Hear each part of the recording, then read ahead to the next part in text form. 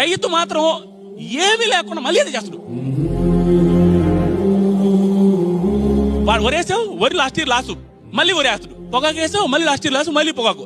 జీవితం మొత్తం సిగ్గు ఎగ్గు ఏమీ లేకుండా డబ్బు గురించి ఆలోచించుకుంటే మళ్ళీ అదే వేస్తాడు. లోన్లు అవుతానే ఉంటాయి. ఇంకా దేవుడి మీద భారం వేస్తాడు. ప్రతి ఒక్కటి దేవుడి మీద భారం. నాకన్నా ఈ మూమెంట్ వచ్చింది కాబట్టి చెప్తాను. నేను ఒక ఏజ్ వచ్చిన తర్వాత నుంచి చాలా మందికి చెప్పిన విషయం ఇది, చాలా మంది అర్థం చేసుకోవాల్సిన విషయం. ఎవరికైనా రెస్పెక్ట్ ఇవ్వాలి సార్ అని పిలవాలి అంటే ఫస్ట్ సార్ అని పిలిపించుకునే అర్హత ఉండే మొదటి వ్యక్తి రైతన్న. నాకు అనిపిస్తుంది, అమ్మా ఎందుకురా ఏ తీసుకుపోయినా నాకు కోపం వస్తున్నా, ఏ ఆఫీసినా వాళ్ళనే చీపుకో చూస్తారు. అడుగుచో ఇట్రా రెండు ఎన్నిసార్లు చెప్పాను నీకు, ఇదే